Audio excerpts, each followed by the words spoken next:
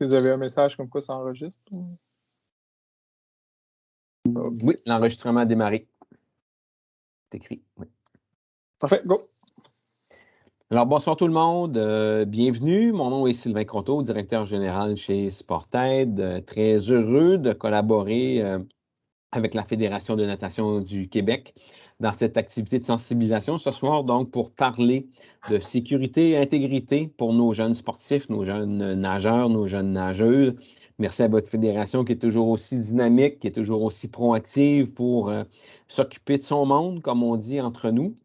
Alors ce soir, dans le déroulement, rapidement, moi je vais vous faire une courte mise en bouche donc sur pourquoi on vous parle d'environnement sportif sain et sécuritaire ce soir. Il y a une réalité qui existe dans le monde sportif qui n'est pas toujours hyper positive. Alors ce soir, je vais mettre la table. Ensuite, je vais inviter Marc-Antoine Dionne, mon collègue qui est intervenant sur la ligne d'écoute, sur le service d'écoute et d'accompagnement chez Sportaid avec Lise Charbonneau, maître Lise Charbonneau, pour vous présenter ensemble la nouvelle politique de protection de l'intégrité de la sécurité chez nos jeunes sportifs qui a été mise en vigueur le 1er février dernier. On va aussi vous parler de l'officier aux plaintes, l'officier indépendant aux plaintes qui est donc en fonction depuis le 1er février dernier.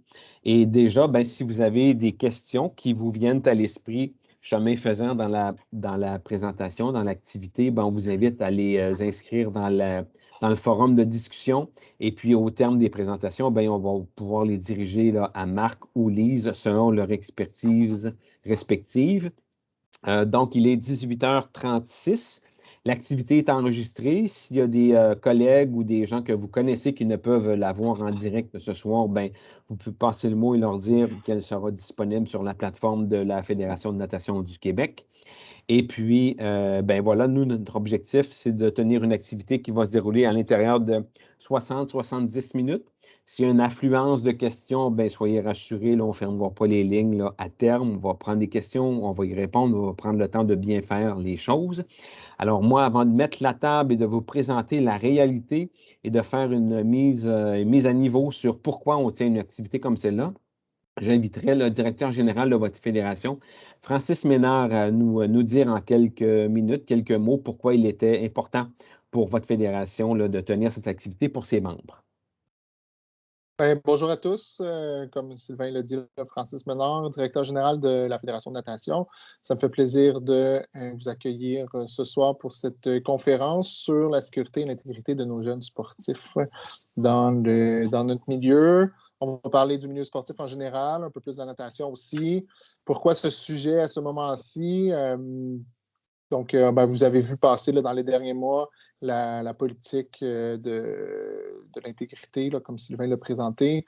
Ça a été un chantier important pour notre fédération, compte tenu de l'ampleur des activités qu'on tient, de la diversité de notre clientèle, puis des différents cas qu'on a pu vivre là, dans les dernières années au sein de la natation québécoise et canadienne.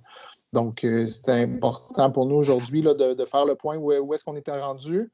Puis c'est une conférence qui s'adresse vraiment là, à toute notre clientèle, c'est-à-dire les parents, les athlètes, entraîneurs, administrateurs, officiels.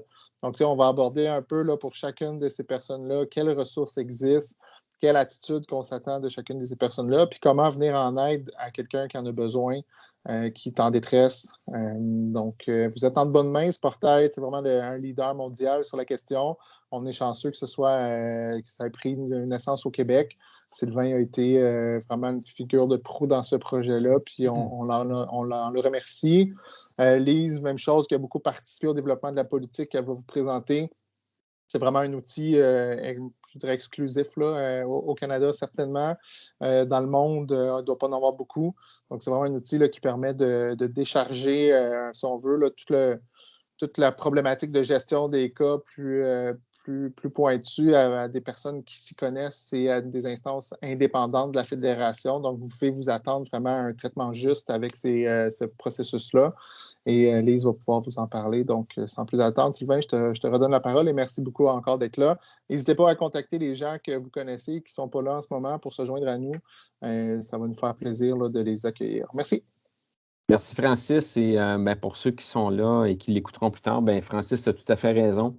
Puis, c'est pas pour souffler dans notre trompette, mais le Québec, on est un un leader à l'échelle internationale. Il y a peu d'endroits donc qui peuvent se vanter d'avoir mis en chantier autant de mesures, de moyens pour protéger nos jeunes sportifs. Alors, Sportaid, rapidement, ben, notre mission, nous, on est un organisme, une organisation indépendante. C'est important de le dire, on est indépendant. Donc, on ne relève pas du gouvernement, on ne relève pas de Sport Québec, on ne relève de personne. Nous sommes indépendants, une organisation sans but lucratif, donc qui a pour objectif d'assurer un leadership dans la mise en œuvre d'initiatives favorisant des environnements sportifs sains, sécuritaires, harmonieux pour tous nos jeunes sportifs, nos jeunes sportives, fournir un service d'accompagnement donc aux différents acteurs du milieu sportif, tant au niveau élite que récréatif. Donc, nous, notre mission de tous les jours, c'est d'accompagner, oui, les gens qui nous appellent, qui vivent des choses, qui sont témoins de certaines choses, mais d'accompagner aussi les organisations dans l'implantation de mesures, d'outils, d'activités de sensibilisation, d'éducation, d'information pour favoriser des environnements sportifs sains et sécuritaires. La violence en contexte sportif, je trouvais important de mettre la table parce que souvent, ici au Québec, ça sortait dans la rue, on faisait un vox pop, puis on posait la question à tous, qu'est-ce que ça évoque pour vous, la violence en contexte sportif? Bien, on est dans un contexte québécois. Probablement que des gens répondraient des bagarres au hockey, comme ce qu'on voit en bas à gauche de l'écran. Peut-être que d'autres parleraient d'arts martiaux mix, de boxe. Mais la violence en contexte sportif, c'est une palette qui est beaucoup plus large. Donc, on parle de violence sexuelle, harcèlement, abus, agression, cyber, des initiations sportives. Pour ce qui est des violences physiques, bien, punition corporelle, des entraînements punitifs excessifs, des entraînements malgré les blessures, privation de nourriture, l'usage imposé de produits dopants, la violence sur et hors le jeu, les initiations sportives, encore une fois, qui y reviennent, et la violence psychologique, les violences psychologiques qui sont sous-estimées. Donc, humiliation, rejet, cris, intimidation, menaces, initiation sportive. Il y a des gens qui qui sont peut-être à l'écoute et qui se disent, bon, c'est peut-être un peu gonflé.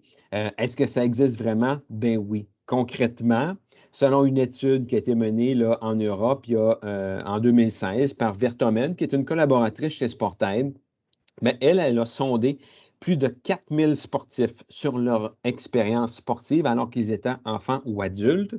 Et les chiffres sont assez révélateurs. Et plus de 4000 participants à l'étude, 38 d'entre eux ont dit avoir subi au moins un épisode de violence psychologique. 11 de la violence physique, 14 de la violence sexuelle, 4 ont vécu les trois. Ce qu'on entend parfois quand on rencontre des groupes, c'est ben oui, monsieur, madame Sportaid, là, tu nous parles d'une étude qui a été menée en Europe par Vertomen. Chez nous, c'est-tu comme ça aussi? Bien, quand on regarde ce qui se passe chez nous, on s'aperçoit qu'on vit sur la même planète. Les chiffres sont assez évocateurs là aussi. La première donnée est une donnée qui est liée à une étude qui a été menée par Sylvie Parent, qui est à l'Université Laval, qui est cofondatrice de Sportaid, qui est titulaire de la toute nouvelle chaire en sécurité, protection de sécurité de l'intégrité en milieu sportif. Son étude a été menée en 2018 auprès de 1055 jeunes sportifs de 14 à 17 ans. 28 d'entre eux, 28 d'entre eux, ça c'est 3 sur 10 ou presque, disaient avoir vécu au moins un épisode de violence sexuelle. On va revenir sur violence sexuelle parce que souvent, quand on pense à violence sexuelle, les gens se limitent à penser que c'est un abus, un viol. La violence sexuelle, c'est un continuum. Ça part d'un texto, ça part d'une remarque, ça part d'un toucher. Et oui, ça va jusqu'à l'agression et au viol.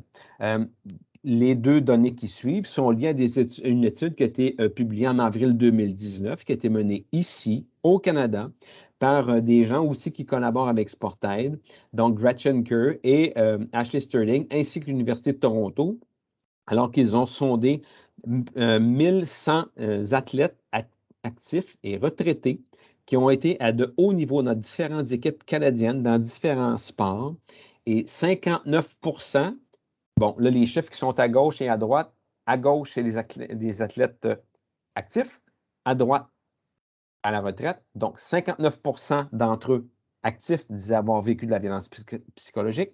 62 d'entre eux à la retraite disaient avoir vécu de la violence psychologique. Pour ce qui est de la violence physique, 12 d'entre eux parmi les athlètes actifs et 20 d'entre eux à la retraite disaient avoir vécu de la violence physique. Alors, Ça se passe chez nous aussi. On vit sur la même planète.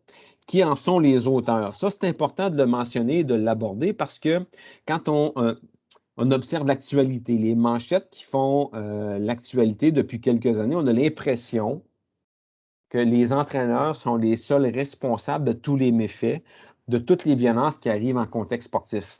Ben non. Et là, je ne suis pas en train de vous dire qu'il ne faut pas surveiller nos entraîneurs, qu'il ne faut pas les accompagner. Ben oui, il faut les accompagner. Ben oui, il faut les outiller. Mais les athlètes sont les principaux auteurs de la violence, des violences en contexte sportif. Et les chiffres qui sont en bas de l'écran, quand on parle de 82 de la violence psychologique, 45 de la violence sexuelle, 57 de la violence physique, ça provient des athlètes eux-mêmes, coéquipiers, adversaires. Les autres personnes en position d'autorité, notamment les entraîneurs et les parents, sont responsables de ces violences, autant psychologiques, sexuelles et physiques. Donc, toujours selon l'étude de Vertomen, mais quand on compare ici au Québec, on se rend compte que ce sont les mêmes données, que ce sont les mêmes phénomènes que l'on observe. Et pour illustrer, moi, j'ai rassemblé quelques manchettes qui ont fait les manchettes dans les dernières années, simplement pour illustrer qu'effectivement, ben non, ce ne sont pas toujours les entraîneurs qui sont responsables. Hein? En haut à gauche, un athlète de calibre international qui ciblait des mineurs et qui était entraîneur dans un club. En bas à gauche, disgrâce inacceptable des actes racistes dans la Ligue nord-américaine de hockey. Ça, c'est des spectateurs. En haut, à droite, Natation artistique Canada qui est dans la tourmente, des plaintes d'abus et harcèlement. Ça, c'était contre l'entraîneur et les administrateurs des différentes fédérations. Tout juste en bas, Université McGill, une initiation qui tourne au vinaigre. C'est des coéquipiers entre eux qui ont abusé, qui ont fait une initiation qui a mal tourné. En bas, à droite, LC, c'est les initiales du prénom d'un jeune homme qui ne demandait qu'à jouer. Ben lui, il n'avait que 9 ans. Et c'est des parents qui ne voulaient pas qu'il joue parce qu'ils estimaient qu'il n'était pas assez bon, qui ont fait des pressions sur les entraîneurs pour que le LC en question ne puisse plus jouer. Alors, simplement pour illustrer que, ben non, les entraîneurs ne sont pas responsables de tout, mais encore une fois, je me répète, ça ne veut pas dire qu'il ne faut pas s'occuper et accompagner les entraîneurs. Eux, oui, il faut s'en occuper et les accompagner, mais c'est l'ensemble des parties prenantes qui sont responsables et qui ont une responsabilité dans des environnements sportifs sains et sécuritaires. Les conséquences, on l'oublie trop souvent, mais elles sont importantes. Santé physique et psychologique, blessures, désordres alimentaires, dépendance, anxiété, dépression, faible estime de soi, les TSPT, donc troubles de symptômes post-traumatiques. Je vais revenir aux impacts sociaux, au plan sportif, diminution de la performance, abandon, absence, manque de concentration, entraînement compulsif. Impacts sociaux, exclusion, isolement, baisse des résultats scolaires, problèmes de comportement, suicide. Et ce que j'ajouterais, c'est tous ceux qui quittent et qui ne reviendront pas. Encore hier ou avant-hier, je lisais qu'on a des problèmes actuellement pour recruter des arbitres au hockey, au soccer, au baseball. Bien, actuellement, ce n'est pas seulement dû à la COVID. On avait déjà ce phénomène-là qui était présent avant la COVID. Bien, il va s'accentuer encore davantage. Et les gens qui quittent actuellement, le taux d'abandon dans le sport, c'est 2 jeunes sportifs sur 3 qui, avant d'atteindre l'école secondaire, quittent un sport. 2 sur 3. Alors, les jeunes qui quittent aujourd'hui, vous pouvez être assuré d'une chose, c'est qu'ils ne reviendront pas dans quelques années pour s'impliquer parce qu'ils quittent avec une mauvaise expérience.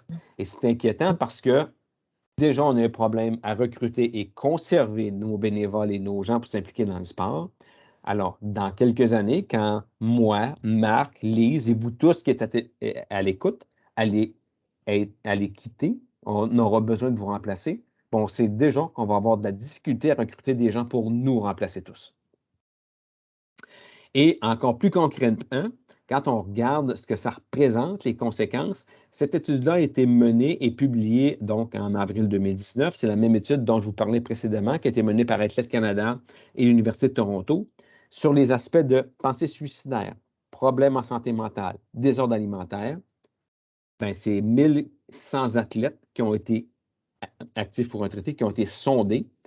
Pour ce qui est des pensées suicidaires, 13% des athlètes actifs disent avoir ou vivre encore des pensées suicidaires. Et pour ce qui est des retraités, on est à 20%. Les problèmes en santé mentale, 35% des athlètes actifs, 33% des athlètes retraités. Et les problèmes en santé mentale, ils ont fait la manchette cet été. On a juste à penser aux Olympiques. Quand on regarde que Simon Biles, on pense à Naomi Osaka, qui ont fait écho à Michael Phelps. Et puis là, ben, cette semaine, hein, il y a quelques jours, ici même au Québec, on ne peut pas dire que c'est toujours ailleurs et que c'est des phénomènes isolés. Ici même au Québec, on a un Jonathan Drouin qui a parlé de difficultés en santé mentale. Alors, c'est vraiment important. Et finalement, pour ce qui est des désordres alimentaires, 16% des athlètes actifs et 22% des athlètes retraités sondés disent avoir connu ou connaître encore des problèmes de désordre alimentaire. Qu'est-ce qu'on doit faire? Ben, il faut protéger nos environnements sportifs. Et ce n'est pas un hasard si on se pense ce soir, grâce à votre fédération qui trouvait important de vous réunir. Comment on fait ça? Ben, il faut assurer le leadership. Il faut éduquer, former, outiller notre communauté sportive et ses parties prenantes. Et il faut supporter les organisations sportives comme on le fait ce soir. Et ça se fait de différentes manières au Québec. On est vraiment privilégié. Francis l'a dit dans l'introduction. Oui, Sportaid fait des choses, mais Sportaid ne fait pas les choses seul. Sportaid fait les choses avec un ensemble de partenaires. C'est le ministère, c'est les fédérations comme la vôtre, c'est l'INS, c'est le gouvernement du Québec, c'est le RLSQ, c'est le RSEQ et d'autres partenaires que je pourrais nommer encore pendant quelques minutes dans l'établissement de différents moyens, mesures, outils qui ont été mis en place au cours des dernières années. Oui, il y a Sportaid avec son service d'écoute d'accompagnement. Il y a une plateforme aussi qui s'appelle sportbienêtre.ca où on peut trouver un paquet d'informations si l'on souhaite valider les préoccupations, les questionnements que nous avons sur différentes manifestations de violence ou les conséquences qui sont liées à ces violences en contexte sportif.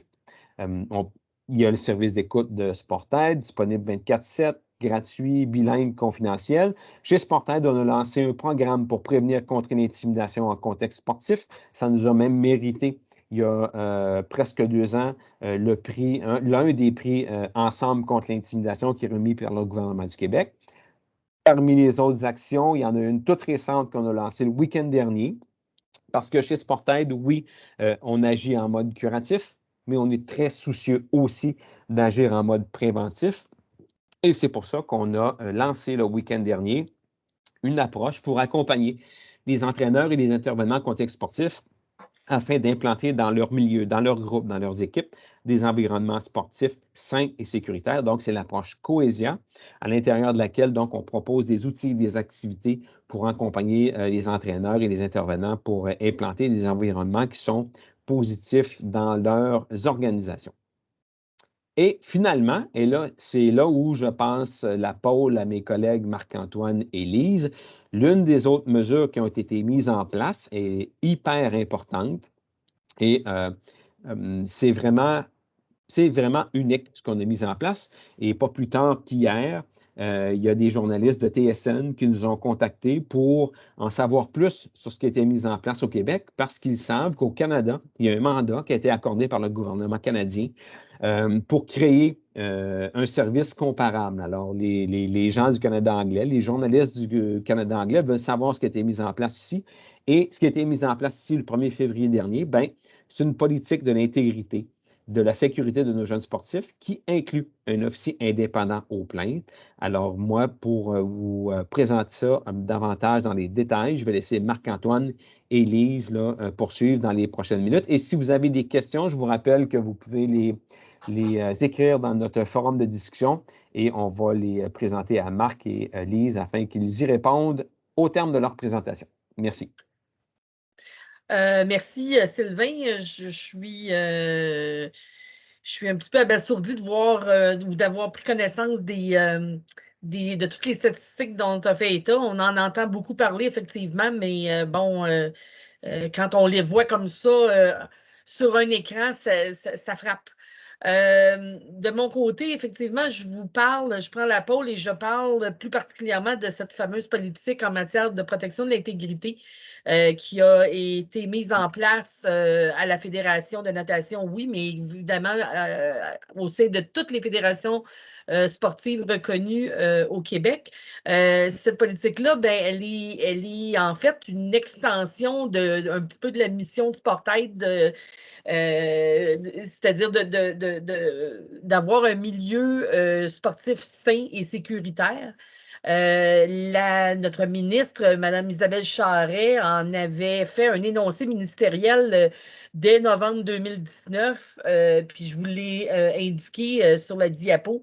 Elle prévoyait donc, c'était dans ses objectifs, de mettre en place pour les fédérations et par les fédérations une politique de gestion des cas d'abus de harcèlement. Et cette politique-là inclurait une procédure pour gérer les plaintes d'abus de harcèlement de façon à favoriser une pratique sécuritaire des sports. Comme je vous disais, ça a été mis en place le 1er février dernier. Le but de l'exercice, bon, la politique, ça comprend, en fait, elle est coupée, c'est un document d'une vingtaine de pages qui est constitué de 2 grandes sections, c'est-à-dire la politique elle-même et le processus de traitement des plaintes, donc le livre de recettes sur comment on traite une plainte et les codes de conduite. Donc, puis on a fait des extraits, Marc-Antoine et moi, à la fin de la présente présentation, alors vous allez pouvoir y référer. Donc, cette politique d'intégrité se veut un outil de gestion pour les fédérations qui avaient levé la main puis qui étaient souvent, qui recevaient souvent des plaintes de toutes sortes de nature, des plaintes parfois délicates à traiter et considéraient ne pas être équipés pour les traiter adéquatement. Alors, avec ces commentaires-là, le ministère, le gouvernement a été sensibilisé et en groupe, avec les fédérations sportives, on en est venu à la conclusion de pondre cette politique-là, dont les objectifs sont évidemment de sensibiliser tout le monde, toutes les personnes qui sont impliquées de près ou de loin dans le milieu sportif, au fait que toute forme d'abus, de harcèlement, de négligence ou de violence n'est pas tolérée. Ça, je pense que c'est un vœu qui est, je vous dirais, mondial dans le milieu sportif. On a une tolérance zéro de plus en plus exprimée au sujet de ce genre de comportement-là. La politique veut également permettre de prendre des moyens raisonnables pour offrir justement un milieu qui est sain, exempt de ces 4 types de comportements-là. On veut favoriser la dénonciation de ces comportements de paroles ou d'actes, de gestes, d'abus dès qu'ils apparaissent. Alors, on veut que tout le monde se sente interpellé de dénoncer des situations. Ça peut être des petites affaires qui peuvent sembler anodines, mais comme on l'a vu tantôt dans les statistiques, parfois ça cause un dommage important à nos jeunes qui en sont victimes. Alors, de dénoncer, ça peut être une cloche qu'on sonne pour permettre d'arrêter que ce comportement-là ait lieu. L'objectif encore là de la politique, c'était évidemment de mettre en place une procédure qui était efficace en matière de protection des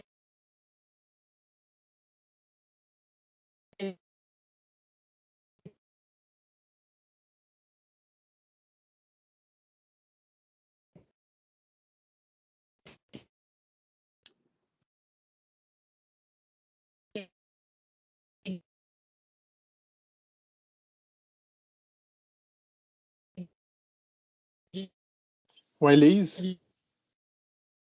Lise, je pense qu'on te perd un peu. On a un petit problème technique avec Lise. Regardez, il n'y a pas de problème, je vais prendre le relais pendant voir si Lise est capable de régler la problématique. Donc, bref, comme qu'elle disait, Lise, les objectifs de la politique, effectivement, d'offrir une façon d'une procédure efficace pour, évidemment, faire cesser les situations là, qui seraient problématiques. Pour faire cesser ça, ben, la politique prévoit des mesures administratives ou disciplinaires vraiment pour faire cesser ça le plus rapidement possible selon les contextes. La politique en tant que telle, il y a une obligation de dénoncer pour qui? Il faut savoir qu'à la base, en dehors de la politique, toute personne qui a des motifs raisonnables de croire qu'un enfant est en situation de compromission, c'est-à-dire qu'il serait victime d'abus sexuels, d'abus physiques sur un mineur, bien entendu, toute personne a l'obligation déjà de signaler au directeur de la protection de la jeunesse ces situations-là pour qu'eux fassent l'évaluation de la situation pour s'assurer si le signalement est fondé ou pas. Donc, bref, on a déjà tout le monde cette obligation-là. C'est certain que cette politique-là va aller plus loin un petit peu. Donc, toute personne qui va être impliquée dans le milieu sportif, va aussi avoir cette obligation de dénoncer à l'officier des plaintes tout abus, harcèlement, violence à caractère sexuel commis sur une personne qui est là aussi impliquée dans le milieu, qu'elle soit mineure ou majeure. Donc, on va aller plus loin que par rapport à la protection des mineurs dans la loi sur la protection de la jeunesse. On vient renforcer cette obligation-là, cette responsabilité de que toute personne impliquée dénonce des situations de violence, abus, harcèlement, violence à caractère sexuel commis sur une personne mineure ou majeure dans son milieu. Évidemment, toute personne impliquée aussi dans le milieu doit dénoncer à l'officier des plaintes tout abus, harcèlement, négligence ou violence à caractère autre sexuel sur une personne commis qu'elle soit impliquée dans le milieu, qu'elle soit mineure ou majeure. Donc, on vient vraiment renforcer un petit peu la responsabilité, l'obligation des personnes dans les environnements sportifs de dénoncer les situations potentiellement d'abus, de harcèlement, de violence ou de négligence. Donc, la politique, elle cible 4 types de comportements inappropriés. Comme je vous le disais, c'est vraiment autour de ces 4 définitions, ces 4 types de comportements-là que la politique elle vient s'inscrire. On va parler un petit peu plus des infractions plus mineures ou des problématiques de régie interne, mais la politique en tant que telle, elle s'inscrit vraiment pour ces types de comportements-là. Elle s'applique à toutes les personnes impliquées dans le milieu. Donc, on parle vraiment de tous les membres, les parents des membres, les administrateurs, salariés, bénévoles, fournisseurs. Comme Lise aime bien le dire, par exemple, s'il y aurait une personne qui est le livreur de coke qui vient dans les installations pour remplir les distributeurs, aurait un comportement inapproprié, on pourrait avoir une plainte qui serait portée par rapport à cette situation-là. Puis l'officier des plaintes va voir quelles sont les mesures administratives qui devraient être prises par le gestionnaire d'établissement pour mettre fin à la situation. C'est important de comprendre, par exemple, que la politique actuelle, elle ne vise pas les cas d'abus, harcèlement, négligence, violence entre employés, parce que ça rentre vraiment plus dans le domaine des relations de travail, le droit des relations de travail. Donc, c'est super important de prendre ça en considération.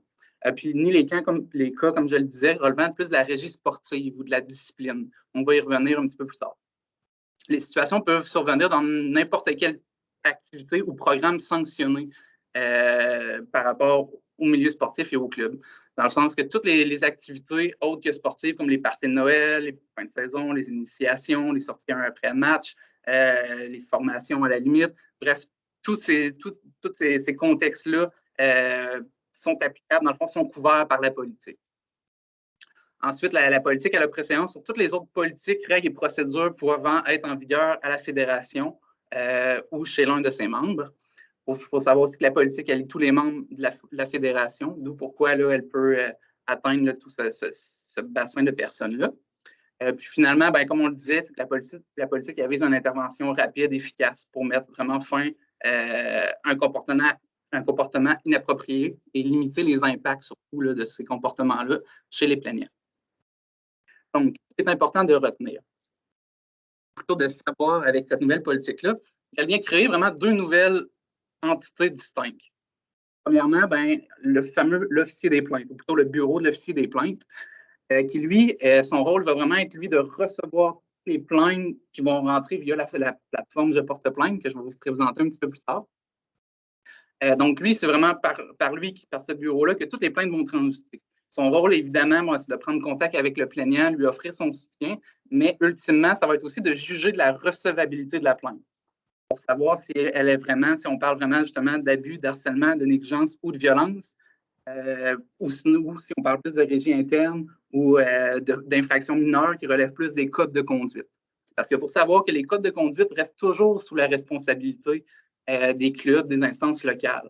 Donc, pour les infractions plus mineures, justement, un comportement, par exemple, un manque de respect, des choses comme ça reste encore la responsabilité du club via leur comité de discipline interne, le CA ou un mécanisme du genre, à régler quand même ces situations-là qui sont vraiment plus par rapport au code de conduite. Si je reviens un petit peu à notre officier des plaintes, si lui, il juge la plainte recevable, ben, alors il va créer l'autre entité que je vous parlais, c'est-à-dire des comités de protection de l'intégrité.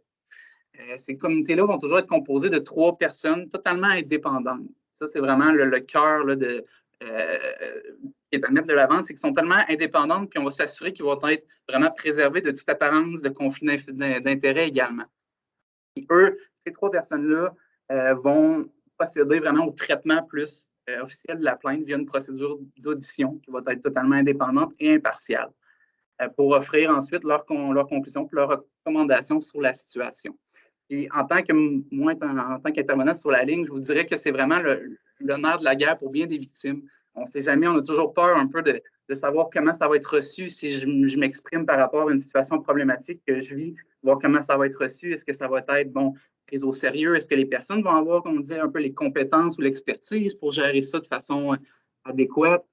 On a peur de mettre des personnes dans l'embarras un peu, on a peur de la proximité des fois, parce que les milieux sont assez clos. Donc, vraiment, cette notion d'indépendance, d'objectivité, d'impartialité est vraiment au cœur de cette politique-là pour rassurer puis encourager ceux-là qui seraient victimes de comportements de violence, abus, harcèlement ou négligence à oser porter plainte là, en vertu de cette politique. Nous, Sportaid, on n'a pas été créés avec cette politique-là, bien entendu. Notre rôle, toujours le même. C'est-à-dire, nous, notre rôle sur la ligne d'intervention, nous, on est là pour vraiment aider toute personne qui vit, ou qui est témoin, ou qui pense qu'une problématique dans son environnement sportif. Fait que c'est beaucoup plus large. C'est certain qu'avec cette politique-là, les situations de violence, abus, harcèlement et négligence, c'est un nouvel outil, un nouveau moyen d'adresser la situation qu'on peut maintenant offrir aux personnes qui viendraient nous contacter.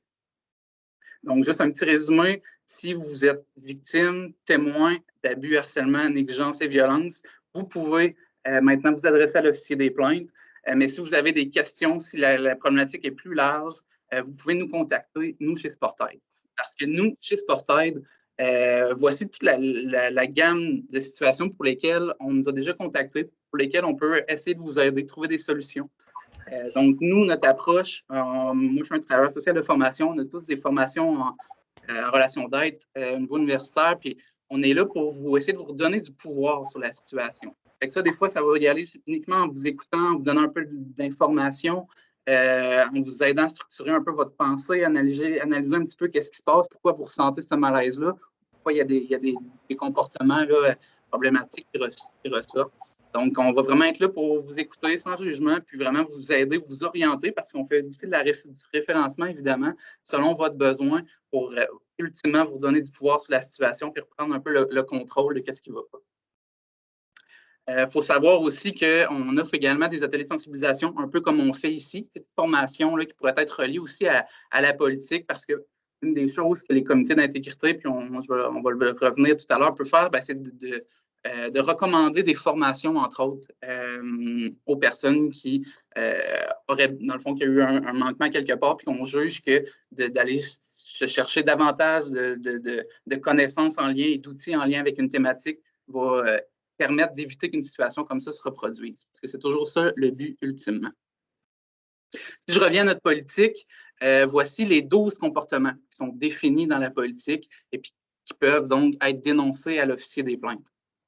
Ce soir, on n'ira pas justement dans les exemples, dans les définitions complètes, mais il faut savoir que toutes les définitions puis des manifestations également se retrouvent dans la politique en annexe, mais aussi là, en annexe de notre présentation. Comment porter plainte maintenant? Il faut savoir que la porte d'entrée, c'est vraiment le fameux bouton universel, la plateforme plutôt, je porte plainte. Vous voyez le bouton à droite qui va se retrouver sur la majorité des sites des fédérations sportives, dont évidemment la Fédération de natation du Québec sous l'onglet sport sécuritaire.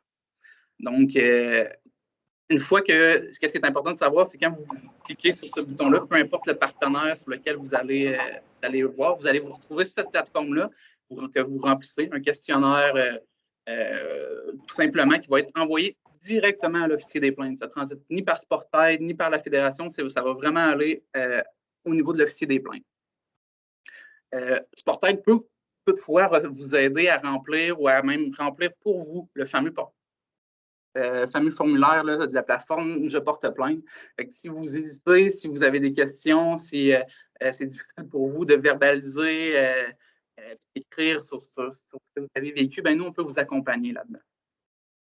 C'est important de savoir aussi que la politique elle prévoit quand même un délai, mais uniquement pour les plaintes d'abus, harcèlement, violence à caractère autre que sexuel. Parce que tout ce qui est de comportement à caractère sexuel, il n'y a pas de délai de prescription. Peu importe quand vous en avez été victime, vous pouvez déposer une plainte à l'officier des plaintes. Pour les autres comportements de violence à caractère autre que sexuel, la politique elle prévoit un délai de 120 jours. Mais il faut noter quand même que l'officier des plaintes a quand même un pouvoir discrétionnaire pour pouvoir accepter des situations qui excéderaient ce délai-là malgré tout. La plainte elle doit être formulée par écrit. Puis, bien entendu, si l'officier des plaintes juge que la plainte ou même le comité, durant son audition, jugerait que la plainte aurait été faite de façon abusive, frivole, de mauvaise foi, il peut lui-même entreprendre là, un processus de plainte contre le plaignant s'il est membre de la fédération, puis qui s'exposerait également à des mesures disciplinaires ou administratives. Alors, toujours pas retrouvé Lise, je crois.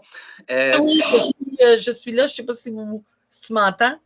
Parfait, oui, on t'entend maintenant. Alors, là, j'ai fermé la caméra parce que je pense que j'ai des petits problèmes techniques qui ont fait que je vous ai perdu momentanément. Merci d'avoir pris le relais, chers collègues. Si ça manque encore, ben, je pense que je me fie sur toi. Pas de problème. Je te laisse la pause. Merci beaucoup. On attaque maintenant le processus de traitement de plainte. Évidemment, là, on ne rentrera pas dans tous les détails. On y va avec les grandes lignes de ce processus-là. Essentiellement, le processus est coupé en deux. En fait, les plaintes sont catégorisées en deux catégories. Les plaintes à caractère sexuel et les plaintes à caractère autre que sexuel. Et vous allez comprendre pourquoi il y a un traitement un petit peu différent au niveau des plaintes à caractère sexuel. Alors, dans cette catégorie-là, il faut savoir qu'il y a des obligations légales pour l'officier des plaintes, en fait, pour toute personne qui est au courant de situations qui mettent en danger ou qui impliquent une victime qui est une personne mineure. Les obligations légales, donc en particulier la loi sur la protection de la jeunesse, fait en sorte que l'officier des plaintes, quand il reçoit une plainte de nature sexuelle qui implique un enfant, doit la faire suivre immédiatement à la DPJ et à la police du secteur où l'incident est survenu. Alors, il n'y a pas de discussion dès qu'il y a ce genre de plainte-là qui entre à l'officier des plaintes. Automatiquement, il y a une dénonciation qui est faite à la DPJ et à la police. L'officier des plaintes, à ce moment-là, attend le OK des policiers, très souvent, et de la DPJ, avant de procéder à l'exclusion de l'auteur présumé. Donc, la personne qui est visée par la plainte de nature, qui serait à caractère sexuel, se verra retirée du milieu jusqu'à ce que son dossier soit traité par les policiers et ou la DPJ. Donc, c'est une nouvelle façon, en fait, c'est une nouvelle possibilité pour la fédération d'agir rapidement pour sécuriser la personne mineure. Lorsque la victime est majeure, évidemment, cette obligation légale-là à la DPJ n'existe pas, mais l'officier des plaintes va encourager rapidement la victime à s'adresser à la police. Parfois, les victimes majeures ne veulent pas s'adresser à la police. Souvent, c'est parce que l'action à caractère sexuel n'est pas aussi grave, et je le dis entre guillemets, comme une agression ou un viol. Bon, puis j'ai mis comme exemple, par exemple, recevoir des textos sexy, des invitations qui sont non désirées. Ça, c'est un caractère sexuel. Cependant, il n'y a pas d'infraction comme telle qui existe dans le code criminel à cet effet-là. Alors, souvent, les victimes ne seront pas portées à vouloir s'adresser aux policiers. Bref, si c'est le cas, à ce moment-là, la plainte va cheminer vers le comité d'intégrité pour une audition du dossier. Maintenant, lorsque la plainte est à caractère autre que sexuel, l'officier des plaintes sur réception de ce genre de plainte-là, ben, ce qu'il fait en premier lieu, c'est de contacter le plaignant pour accuser réception de la plainte, évidemment, mais aussi obtenir certaines informations complémentaires pour évaluer si cette plainte-là, elle est recevable. Il ne s'agit pas d'une enquête. Il n'y a pas d'enquête faite par l'officier des plaintes. C'est qu'un contact généralement très bienveillant pour sécuriser donc la personne, puis voir si son idée est bien faite, puis si la plainte est bien montée. À partir de là, si la plainte est recevable, ben, l'officier va simplement confirmer le tout au plaignant et à la présumée victime. C'est deux personnes différentes. Et si la plainte n'est pas recevable, bien évidemment, l'officier va également informer le plaignant en lui donnant le motif ou la raison pour laquelle on n'accepte pas la plainte. Alors, par ailleurs, même si on est en matière de plainte à caractère autre que sexuel, s'il y a des allégations de violence ou d'abus physiques à l'égard d'une personne mineure, donc d'un enfant, encore là, il y a une obligation légale par les dispositions de la protection de la jeunesse de signaler sans délai à la DPJ ce genre de plainte-là. Et comme je le disais, c'est pas au choix là, de l'officier des plaintes. Il a l'obligation de le faire. Alors, c'est souvent, et s'il y a du danger au niveau de la sécurité du mineur, puis ça s'applique même à la personne majeure, s'il y a de la violence ou de l'abus physique, à ce moment-là, la Fédération aurait le pouvoir, encore une fois, d'exclure temporairement la personne ou l'auteur présumé. On l'exclut des activités pour une durée indéterminée. Évidemment, si l'auteur présumé n'est pas un membre de la Fédé, ça pourrait être parfois quelqu'un qui est un fournisseur. Je donne souvent l'exemple du livreur de Coca-Cola qui vient remplir les machines à l'aréna. C'est lui qui est l'auteur présumé. Ben, à ce moment-là, l'officier des plaintes va évidemment informer la Fédération pour qu'il y ait des mesures administratives qui soient prises à l'égard de cette personne-là pour sécuriser ou protéger les victimes. Je vais vous parler rapidement de la médiation qui est offerte à partir du moment où il y a une plainte qui est logée. L'officier des plaintes va offrir au plaignant ou à la victime la possibilité de faire une médiation. La victime peut évidemment accepter. Et si c'est le cas, ben, l'invitation à la médiation va être faite également auprès de l'auteur présumé. La médiation, c'est une démarche qui est volontaire, c'est une méthode de résolution de conflit. On cherche des solutions à une problématique. C'est un processus qui est confidentiel. On peut se présenter de part et d'autre à la médiation. Ça peut avoir un succès comme ça peut échouer. Et dans le cas où ça échoue, c'est comme si ça n'avait jamais eu lieu. Alors, personne n'est au courant de rien, de ce qui s'est discuté. Et à ce moment-là, le dossier chemine vers le comité d'intégrité. Alors, c'est quoi ça, le comité d'intégrité? Donc, on en parle depuis tantôt, là, quand l'officier des plaintes détermine qu'une plainte est recevable, il la transmet à un comité de protection de l'intégrité pour audition. Le comité est formé de 3 personnes qui sont choisies par l'officier des plaintes dans un pool de candidats qui sont des personnes qualifiées et indépendantes surtout du milieu où les personnes impliquées se retrouvent. Là. On parle de candidats parce que la question nous est souvent posée. Ça peut être des gens qui sont des avocats. On a des gens qui sont issus du milieu des relations industrielles, des relations de travail. On a des travailleurs sociaux, on a des psychologues.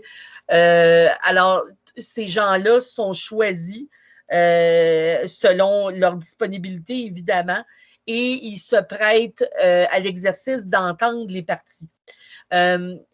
Dès le départ, il y a un avis d'audition qui est envoyé évidemment au parti quand le comité est créé. Il prend connaissance de la plainte et il avise les deux parties qu'ils sont convoqués pour une audition. Dans l'avis d'audition qui est adressé à l'auteur présumé, on doit mentionner clairement les motifs pour lesquels il est convoqué. Donc, ce n'est pas une surprise, là. L'avis d'audition va bien mentionner, vous êtes convoqué puisqu'on a eu une plainte contre vous de la part de monsieur ou madame une telle, et suite à un comportement X qui est survenu telle date. Alors, au moins, il n'y a pas de surprise. Le comité n'est pas là pour prendre par surprise les gens. On vient s'expliquer devant 3 personnes neutres. Suite à cette audition-là, puis là, je vous fais grâce de la procédure comme telle de l'audition, mais il ne faut pas non plus penser qu'on s'en va devant la Cour suprême du Canada, là. C'est un comité de 3 personnes qui écoute le plaignant, la victime, et qui écoute l'auteur présumé. S'il y a des documents à apporter, des preuves, des témoins, tout ça peut être envoyé au comité avant l'audition. Et tous ces documents-là sont transmis à la personne qui est accusée, je vais le dire comme ça, l'intimé, avant l'audition pour qu'il puisse en prendre connaissance. Encore là, il n'y a pas de surprise. Donc, une fois que l'audition a lieu, que les gens ont pu se faire entendre, qui ont pu faire entendre leurs témoins, qui ont donné leurs explications, le comité se rend compte et prend une décision. Donc, il peut accueillir la plainte ou la rejeter. Et dans le cas où il la rejette, il va expliquer pourquoi. Puis dans le cas où il l'accueille, il va expliquer aussi pourquoi. Le comité peut faire des recommandations ou appliquer des sanctions dans le fond et il doit transmettre sa décision ou ses recommandations à la fédération qui, elle, doit les entériner. Et une fois que la fédération a entériné les recommandations du comité, ben, c'est le comité qui fait suivre sa décision au parti. Il faut savoir que les décisions du comité sont finales et sans appel, à moins qu'il y ait eu une erreur de droit. Ça, c'est précisé dans la politique. Et évidemment, les renseignements encore là qui ont été recueillis au cours de la procédure, donc de l'audition, demeurent confidentiels dans la mesure où c'est prévu par la loi. Le genre de recommandations ou de sanctions qui sont appliquées, ben ça passe de la réprimande, du versement d'une pénalité, de conditions et engagements. Donc, par exemple, demander à ce que l'auteur présumé se soumette à nous suivre des formations, lire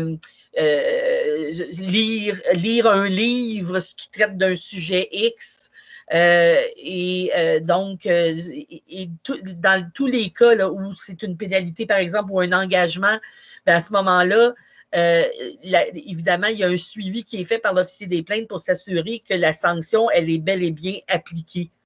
Alors, il y a des délais qui sont donnés pour que la personne ait le temps nécessaire pour justement suivre cette formation-là ou faire le paiement des pénalités s'il y a lieu. Si la personne ne se soumet pas à sa sanction, ben, elle sera suspendue jusqu'à temps qu'elle se soumette à ce qu'on lui a demandé de faire. Dans les sanctions, il peut y avoir aussi de restreindre des activités auxquelles la personne peut participer pour une période de temps déterminée, par exemple. Il peut y avoir aussi une suspension. La suspension, par ailleurs, elle ne peut pas dépasser 12 mois. Là. Alors, ça peut être une des sanctions imposées. Et finalement, la sanction la plus sévère, ben, ce serait l'expulsion de la Fédé et du club. Et comme je le mentionnais, c'est l'officier des plaintes qui vérifie à ce que les sanctions soient respectées.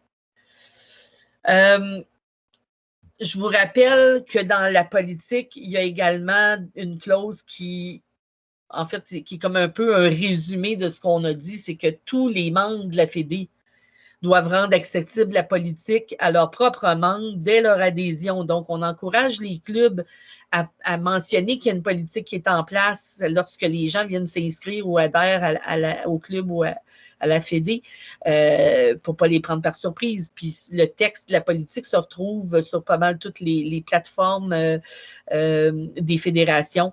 De même que je ne sais pas si chez Sportaid le texte est là, mais bref, c'est assez simple de l'obtenir.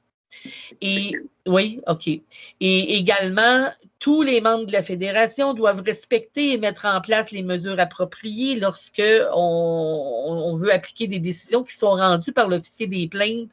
Et, ben, en fait, les décisions ne sont pas rendues par l'officier, mais par le comité de protection de l'intégrité. C'est essentiel, ça fait partie du préambule même de cette politique-là.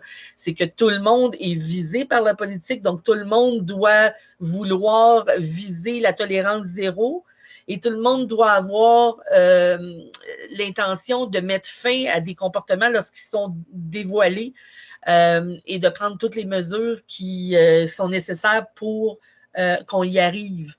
Et je pense que c'est ce qui va faire le succès de cet outil-là. Et les échos que j'en ai depuis qu'elle est en place fait en sorte qu'on est agréablement surpris et content, en fait, des résultats qui sont obtenus. C'est les échos qu'on entend de nos fédérations là, qui ont eu à vivre certaines situations. Et je pense que ça fait le travail. Je te recède la parole, Marc-Antoine. Donc, merci Lise. Effectivement, avant de recéder la conclusion là, à Sylvain, peut-être les questions qui seraient rentrées, juste vous rappeler, n'hésitez pas, il existe vraiment beaucoup de ressources dans nos milieux. Donc, peu importe la situation que vous avez, vous allez pouvoir retrouver des ressources dans la présentation en visitant Sportaid ou sportbienêtre.ca. Puis encore là, n'hésitez pas à nous contacter chez Sportaid ou 1-833-21-2433. On est vraiment une équipe de professionnels qui sont là, qui ont tout un background sportif. On connaît bien la réalité. On n'est pas là pour juger personne, puis on est vraiment là juste pour vous outiller, vous aider, vous orienter aux besoins. Donc, c'est un service qui est là, comme Sylvain le disait, 24/7, bilingue, que ce soit aussi possible de nous contacter par courriel, par texto et même par clavardage à partir directement de notre site Internet. Donc, n'hésitez pas s'il y a des choses qui ne sont pas claires également. Si vous voulez avoir plus d'informations, on est vraiment là pour vous accompagner, vous expliquer et vraiment vous aider là, à reprendre le contrôle de la situation. Donc, je te recède la parole, Sylvain, là, pour conclure le tout. Oui. Alors. On n'a pas eu de questions qui nous ont été posées quand même. J'en ai deux. Ben, moi, j'aimerais ça, tu l'as effleuré rapidement, là.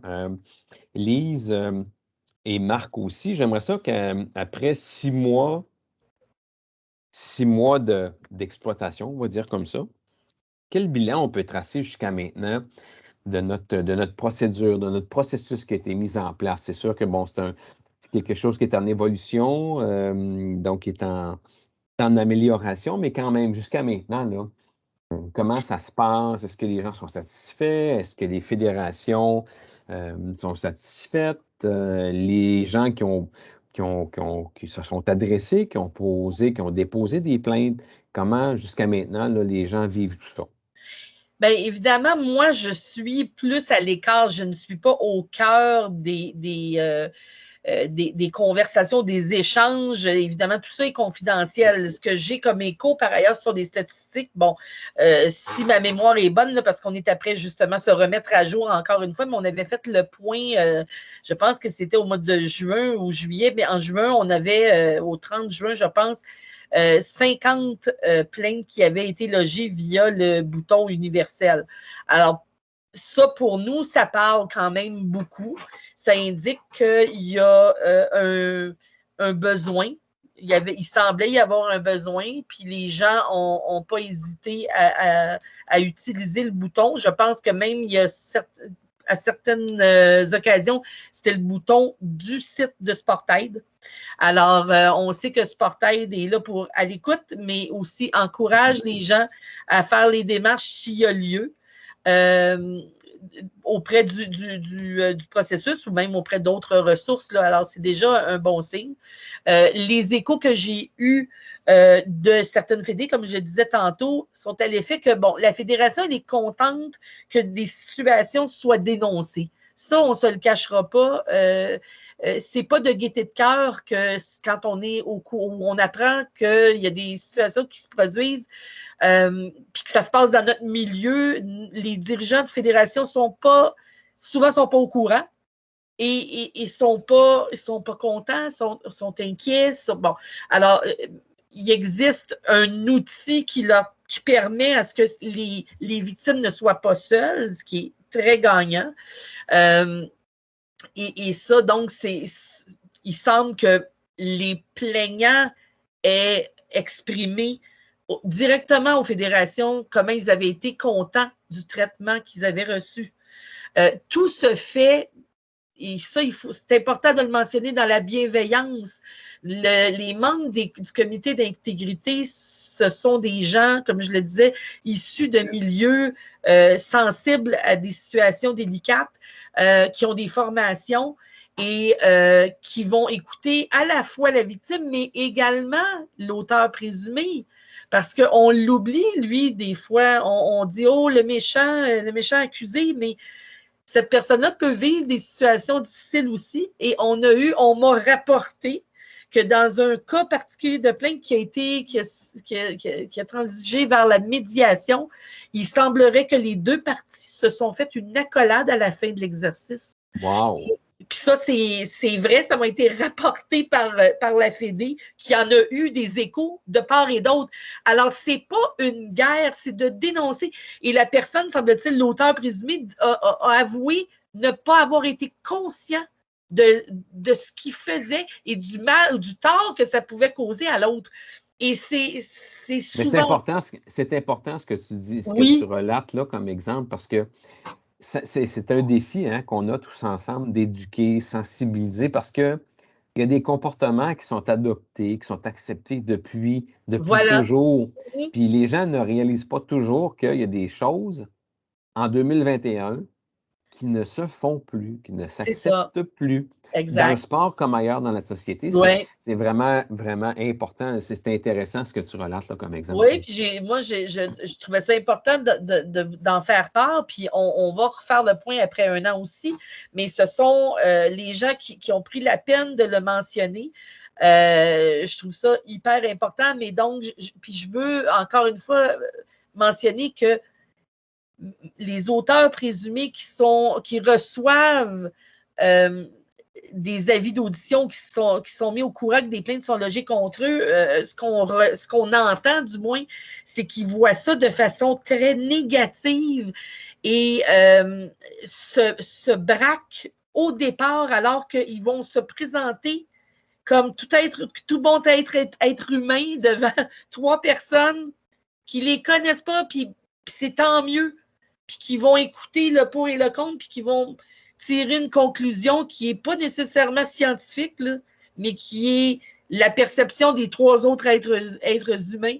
Puis c'est là-dessus qu'il faut plancher, puis je pense que moi, je trouve que c'est vraiment positif, là.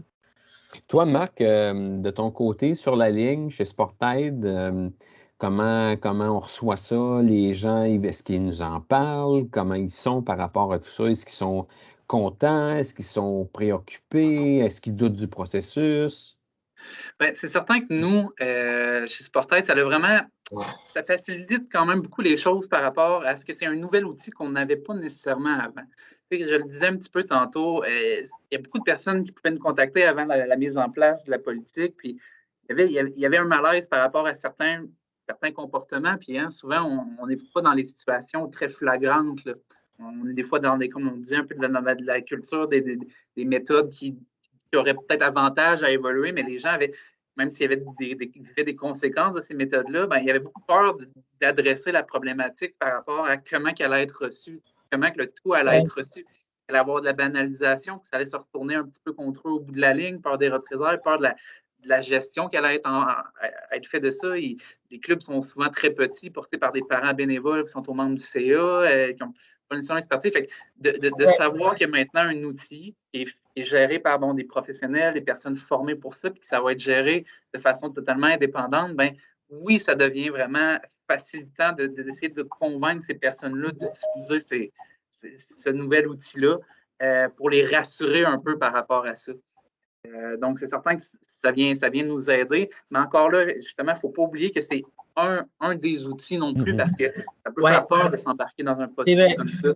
La médiation, ben, on en parlait aussi, parce qu'avant de penser à l'audition, tout ça, ben, il va y avoir au moins l'opportunité aussi d'avoir ces échanges-là dans un but d'arriver avec une entente commune, plus dans une optique de gagnant-gagnant qui va préserver encore plus la relation pour la suite. Et bref, je pense que c'est un outil vraiment important que la communauté sportive vient de se doter.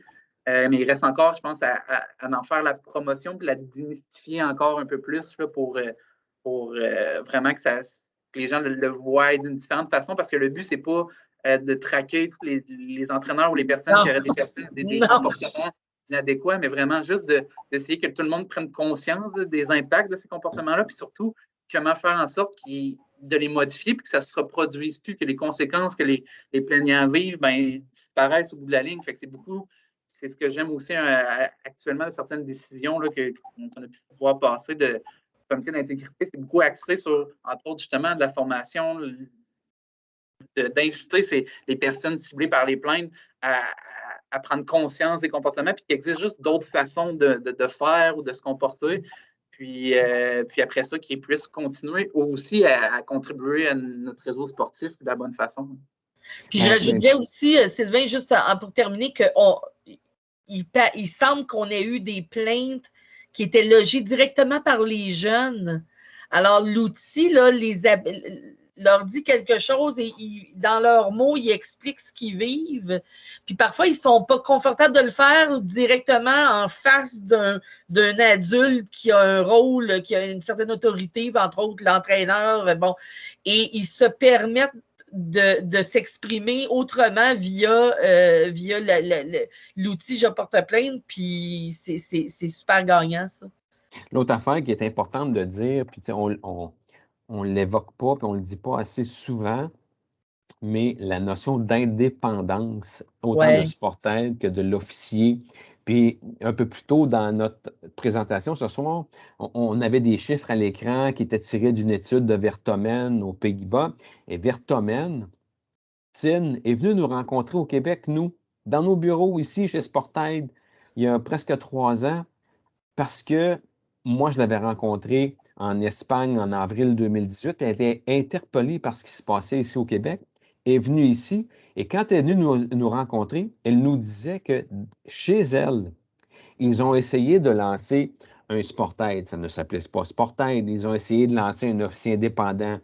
Et ça n'a pas fonctionné parce que ces structures étaient rattachées à la structure sportive du pays. Donc, imaginez que nous aussi, c'est Sport Québec ou Sport Canada. Là-bas, c'était rattaché à Sport Netherlands, Sport Pays-Bas. Et ça n'a pas fonctionné parce que les gens doutaient de l'indépendance et du safe space, la confidentialité auquel ils souhaitaient avoir droit. Et ça, nous, ici, là, on a vraiment un privilège important pour nos jeunes sportifs, nos jeunes sportives, parce qu'on leur offre ça. Ils ont ça. Et là-bas, ce que Tin nous disait, Tin Vertomen, c'est que ces services qu'ils ont essayé de mettre de l'avant, bien, ça n'a pas fonctionné. Ils ont dû cesser parce que les gens doutaient de cette confidentialité et de cette indépendance. Alors, c'est vraiment chez nous, quand on disait au début de notre présentation qu'on est on est un leader, on est dans un état d'avancement, c'est pas pour être flagorneur, c'est vraiment une réalité. Le Québec est vraiment un leader qui est cité en exemple. Moi, à moins que vous ayez quelque chose à ajouter, j'aurais une autre question pour Lise et Marc-Antoine. J'y vais avec ma question. Oui, vas-y. Je suis papa ou maman d'un nageur ou d'une nageuse. Puis là, c'est les sélections pour l'équipe canadienne.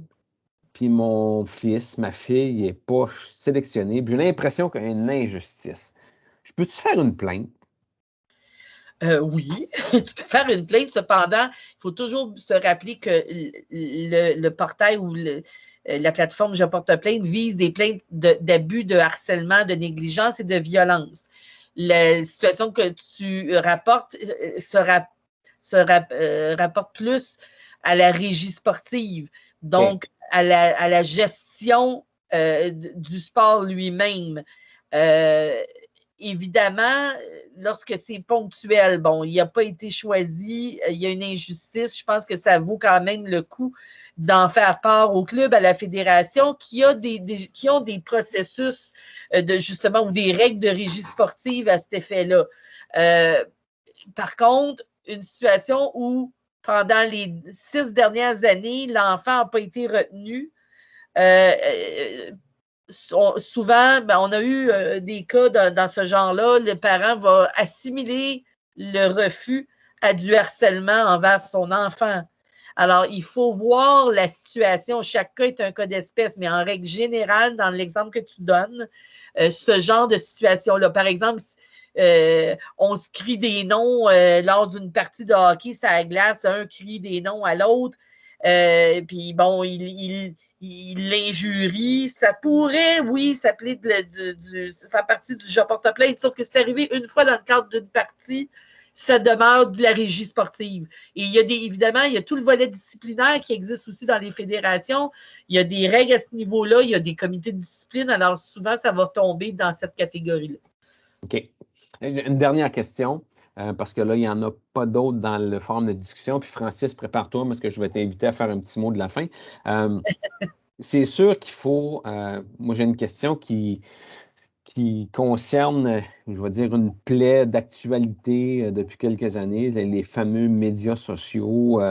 Un groupe de parents qui se liguent contre un entraîneur, contre un jeune parce qu'il ne le trouve pas assez bon, contre un entraîneur parce qu'il le trouve trop dur, puis que là, il y a un petit groupe qui se crée dans la cyberespace, puis là, les propos débordent un peu le savoir-vivre.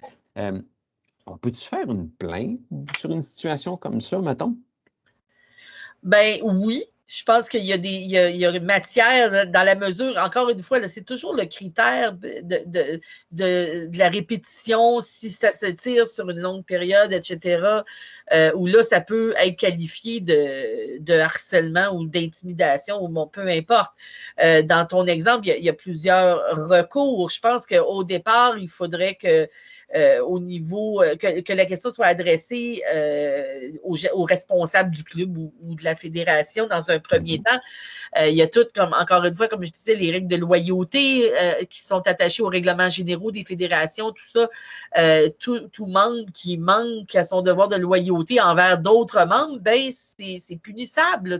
On peut le sanctionner, mais pas via la plateforme Je porte plainte. Ça peut être fait au niveau disciplinaire.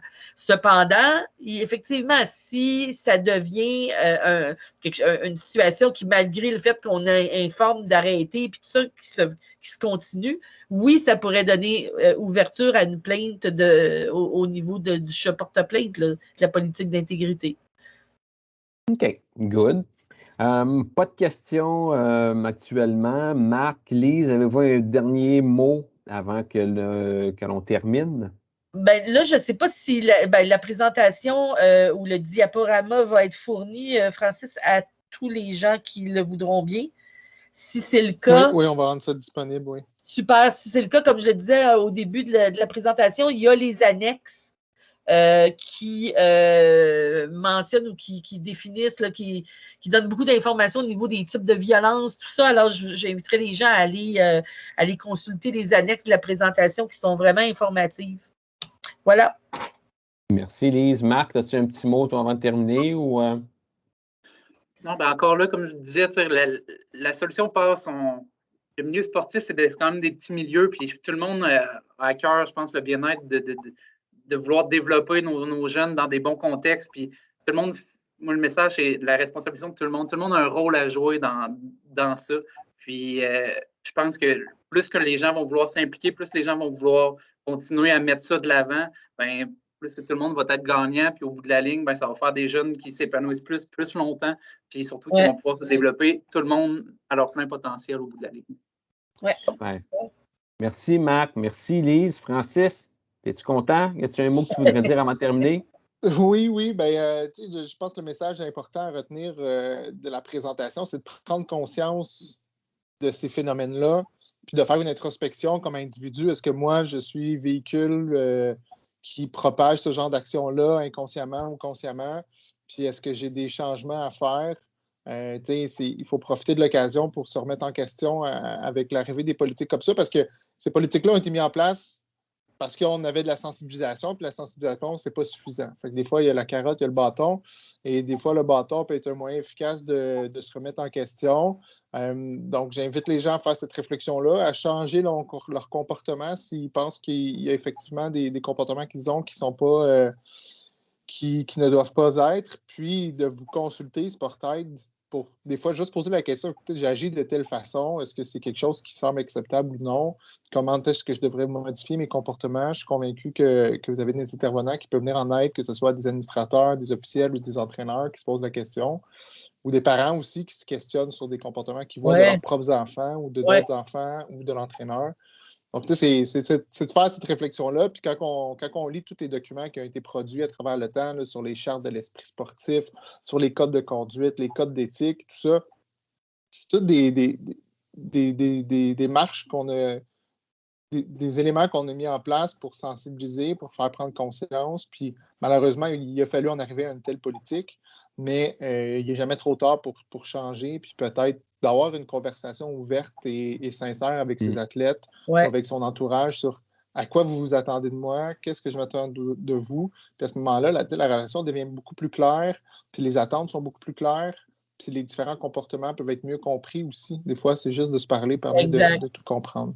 Je vous remercie beaucoup d'avoir pris du temps ce soir pour nous. On va le rendre disponible. Ça va devenir notre outil de référence qu'on va distribuer quand il y a des gens qui se posent des questions sur la politique ou sur les différentes ressources qui existent. Puis qu'est-ce que le sport sain, sécuritaire, puis l'intégrité dans le sport. Ça va devenir une vidéo qu'on va faire circuler. Donc, merci beaucoup d'avoir pris du temps. Puis, plaisir. Nous, on se revoit samedi, Sylvain. Pour parler de la préparation des athlètes pour le retour à l'entraînement et à la compétition. Donc, on espère que vous allez être nombreux avec nous. Merci, Francis. Puis moi, je vais profiter de l'occasion pour vous rappeler que s'il y avait des besoins, puis Francis l'a nommé, Sportaid, ça s'adresse à tous, que vous soyez un sportif, une sportive, un entraîneur, un parent, un grand-parent, un administrateur, un bénévole, un officiel. On est là pour vous, on peut vous conseiller, on peut vous écouter, vous accompagner. Puis aujourd'hui, c'est une brique de plus qu'on ajoute, mais ça ne s'arrête pas là. C'est un message qu'il faut propager, continuellement. Et nous, on est là sur des activités, des outils de sensibilisation, d'information. Alors, vous n'hésitez pas à nous faire signe. Vous pouvez nous contacter en tout temps. Alors, encore une fois, merci beaucoup. Merci d'avoir été là. Puis, propager la bonne nouvelle. On s'occupe de notre monde. Tous ensemble. C'est vraiment super important. Merci. Bonne fin de soirée. Bonne soirée à tout le monde. Merci. Au revoir.